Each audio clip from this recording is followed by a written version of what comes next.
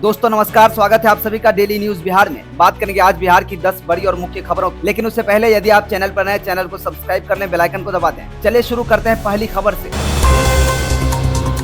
जीतन राम मांझी ने चिराग पासवान पर कटाक्ष करते हुए एनडीए को मजबूत करने की बात कही है। उन्होंने सीटों के बंटवारे पर कहा कि अभी कोई समझौता नहीं हुआ है। मांझी ने कांग्रेस की आलोचना की और जीएसटी दरों में संशोधन को ऐतिहासिक कदम बताया। चिराग पासवान द्वारा ज्यादा सीटें मांगने से मांझी की पार्टी के हितों पर असर पड़ सकता है। चिराग के रुख और एनडीए में अधिक सीटें मांगे जाने के सवाल पर मांझी ने शनिवार को कहा कि चिराग का चाल और चरित्र आप सभी 2020 से ही देख रहे हैं, इसलिए इस पर कुछ नहीं कहूँगा। आज देश और बिहार को एनडीए की जरूरत है, इसलिए हम सभी को एनडीए को मजबूत करना चाहिए। बक्सर के अधिवक्ता बसंत कुमार ने कांग्रेस नेता राहुल गांधी, राजद नेता तेजस्वी यादव और मुकेश सहनी के खिलाफ परिवाद दर्ज कराने के बाद जान से मारने की धमकी मिलने की शिकायत दर्ज कराई। उन्होंने आरोप लगाया कि महागठबंधन द्वारा पीएम मोदी की स्वर्गीय माता के खिलाफ अभद्र भाषा का इस्तेमाल किया गया, जिसके कारण उन्हें धमकियां मिल रही है। पुलिस से सुरक्षा की गुहार लगाई गई है। उन्होंने आरोप लगाया कि कांग्रेस नेता राहुल गांधी, राजद नेता तेजस्वी यादव और मुकेश सहनी के खिलाफ मुकदमा दायर करने के कारण उन्हें कुछ अज्ञात लोगों द्वारा जान से मारने की धमकी दी जा रही है। बिहार में एनडीए गठबंधन के भीतर चिराग पासवान की भूमिका को लेकर अनिश्चितता बनी हुई है। चिराग खुद को मुख्यमंत्री पद के दावेदार के रूप में पेश कर रहे हैं, जबकि एनडीए नीतीश कुमार को आगे कर रहा है। सीटों के बंटवारे को लेकर भी खींचतान है और लोजपा रामविलास 43 सीटों की मांग कर रही है। राज्य के सभी राजनीतिक दल चुनाव के रास्ते पर चल पड़े हैं। साथ चलने वाले दलों की भी पहचान हो चुकी है, लेकिन एनडीए के घटक दलों के बीच अब भी लोजपा रामविलास के अध्यक्ष और केंद्रीय मंत्री चिराग पासवान की भूमिका को लेकर अंधेरा छाया हुआ है। बिहार में इस साल विधानसभा का चुनाव होना है। राजनीतिक दल चुनाव की तैयारियों में जोर शोर से जुट गई है। चुनाव आयोग की ओर से तारीखों का ऐलान अब तक नहीं हुआ है, लेकिन उम्मीद जताई जा रही है कि नवंबर में चुनाव के लिए मतदान करवाए जा सकते हैं। इससे पहले प्रदेश की सियासत भी चरम पर है। राष्ट्रीय लोक मोर्चा के अध्यक्ष और पूर्व केंद्रीय मंत्री उपेंद्र कुशवाहा ने कहा कि एनडीए के पास चुनाव में इस बार जीतने का अच्छा मौका है। राजधानी पटना में जगदेव प्रसाद की पुण्यतिथि पर आयोजित रैली को संबोधित करते हुए उपेंद्र कुशवाहा ने कहा कि पिछले लोकसभा चुनाव में हमने अच्छा प्रदर्शन किया था। अगर बस हम खुद का नुकसान न करें तो हम इस बार विधानसभा चुनाव में बेहतर प्रदर्शन कर सकते हैं।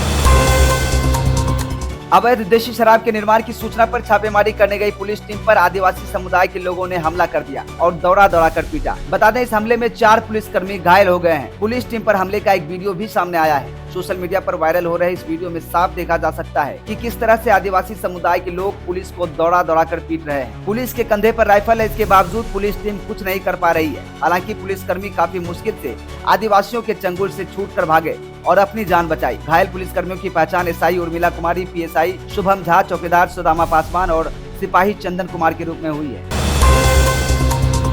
बिहार में अगले कुछ महीनों में होने वाले विधानसभा चुनाव को लेकर सियासी सरगर्मियां तेज हो चुकी हैं। इससे पहले केरल कांग्रेस द्वारा बीडी की तुलना बिहार से करने का मामला तूल पकड़ता जा रहा है। इस मामले में कांग्रेस ने माफी मांग ली है। केरल कांग्रेस ने सोशल मीडिया प्लेटफॉर्म एक्स पर पोस्ट कर कहा कि हम देख रहे हैं कि जीएसटी दरों को लेकर पीएम मोदी के चुनावी हथकंडे पर हमारे कटाक्ष को तोड़ मरोड़ कर पेश किया जा रहा है। अगर आपको ठेस पहुंची हो तो हमें खेद है।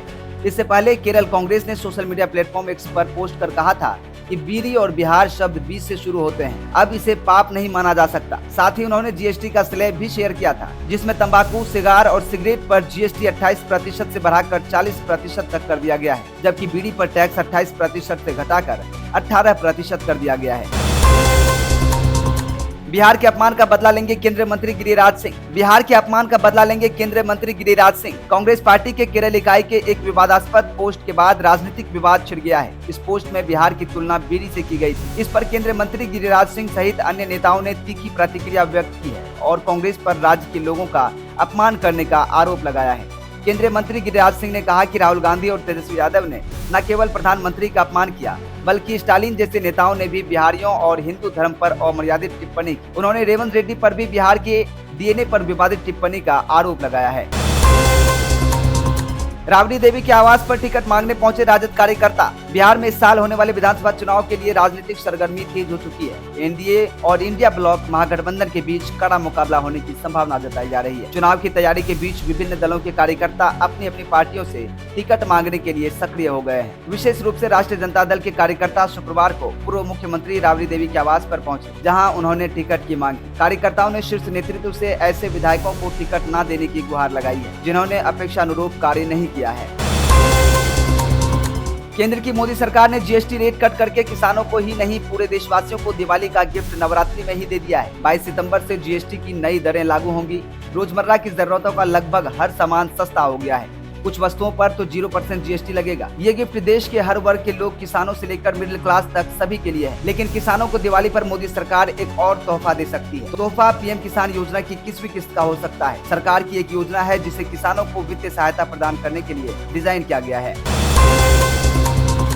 दोस्तों, आज रविवार यानी 7 सितंबर 2025 को पूरे बिहार में मौसम का हाल कैसा रहने वाला है इसकी बात करेंगे। बिहार में इन दिनों मानसून की सक्रियता धीमी हो गई है, लेकिन स्थानीय स्तर पर बिजली कड़कने और हल्की से मध्यम बारिश की संभावना जताई जा रही है। मौसम विभाग के अनुसार आज सुबह कई जिलों में हल्की बारिश और गरज चमक देखने को मिली। इसके बाद दिन चढ़ने पर मौसम में सुधार होगा और धूप और बादल मिलकर माहौल बनाएंगे। अधिकतम तापमान 34 डिग्री सेल्सियस के आसपास रहने का अनुमान है। वहीं न्यूनतम तापमान करीबन 27 डिग्री सेल्सियस तक रहेगा, यानी उमस और हल्की गर्मी का असर आज भी महसूस हो सकता है।